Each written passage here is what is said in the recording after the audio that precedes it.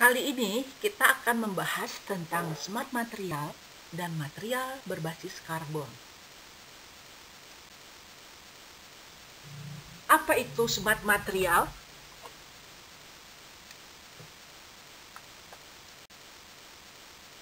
Smart material adalah bahan yang dirancang memiliki satu atau lebih sifat yang dapat dikontrol oleh rangsangan eksternal seperti tekanan, suhu, kelembapan, pH, medan listrik, cahaya, medan magnet, dan sebagainya.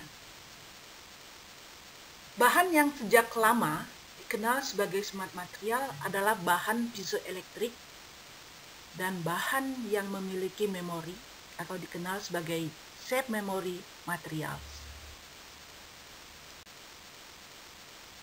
Smart material diklasifikasikan menjadi dua kelompok, yaitu stimuli responsive material dan bio-inspired material.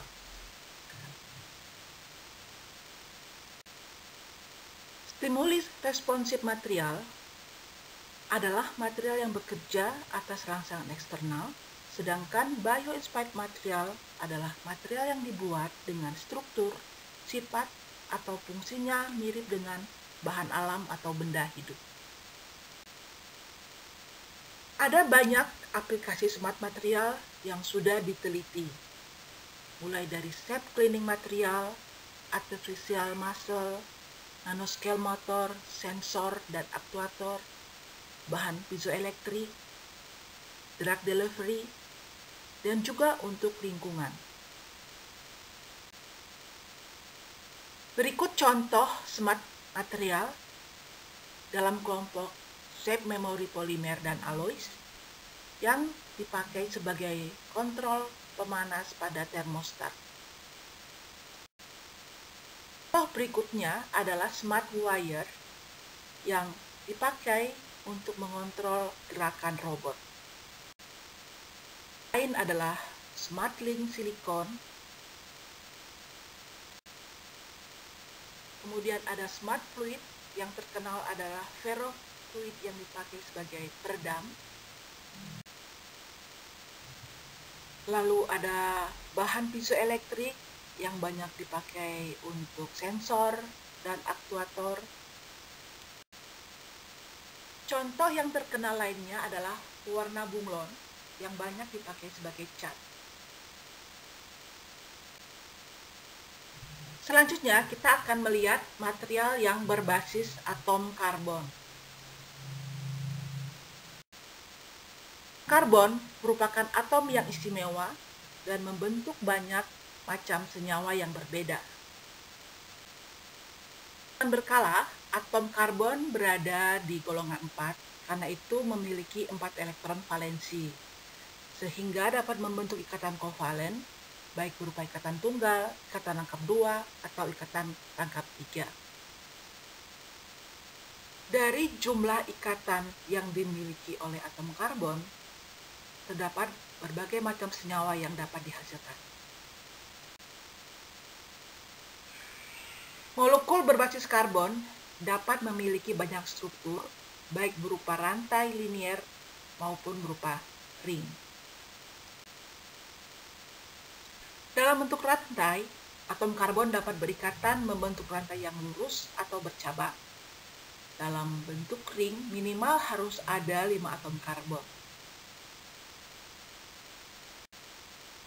Struktur atom berbasis karbon lebih kaya lagi karena adanya isomer, yaitu senyawa yang mengandung atom yang sama tetapi tempat yang berbeda. Sebagai contoh, butana dan isobutana sama-sama memiliki 4 atom karbon dan 10 atom hidrogen, tetapi strukturnya berbeda. Molekul berbasis karbon terdapat pada banyak material.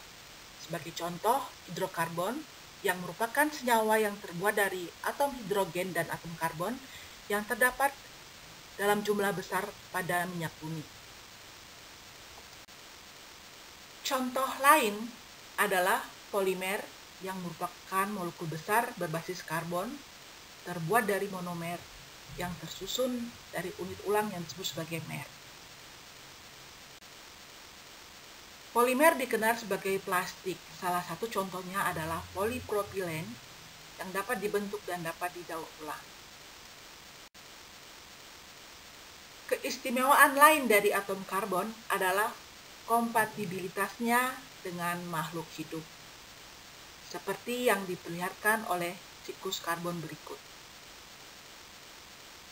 Kita tahu hasil respirasi makhluk hidup menghasilkan karbon dioksida, begitu juga emisi dari pabrik.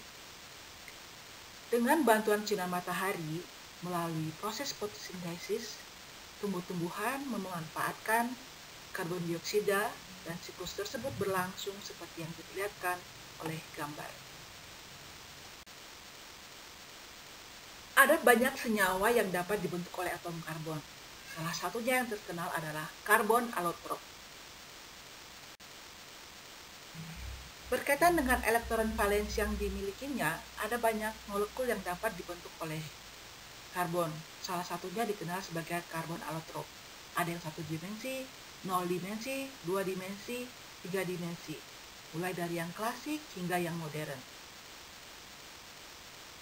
Nah, masing-masing material ini nanti kalian dapat gunakan dalam membuat tugas presentasi, khususnya untuk aplikasi lingkungan. Ada banyak aplikasi dari material berbasis karbon, salah satunya adalah untuk lingkungan. Nah, kita akan memfokuskan pada aplikasi ini. Salah satu masalah lingkungan adalah polusi air, baik air permukaan, air tanah, maupun laut. Perkembangan industri modern dan ekonomi modern telah menimbulkan masalah tersebut. Bagaimana kaitan material dan lingkungan? Lalu bagaimana kontribusi material untuk mengatasi masalah lingkungan seperti kelangkaan air, polusi air, dan sebagainya. Ini adalah salah satu contoh penggunaan material untuk mengatasi masalah lingkungan, yaitu dengan memanfaatkan bantalan polimer untuk menyerap tumpahan minyak yang ada di permukaan laut. Nah, dalam perkuliahan ini, kalian diharapkan untuk membuat suatu slide presentasi tentang bagaimana penggunaan material berbasis karbon untuk mengatasi masalah lingkungan.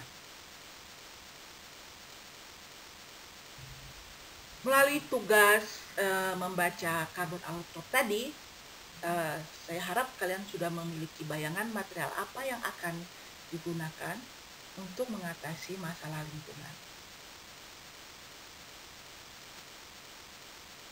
Demikian pengantar tentang material berbasis karbon. Untuk perkuliahan selanjutnya, kita akan fokus pada alotrop karbon untuk aplikasi lingkungan. Terima kasih.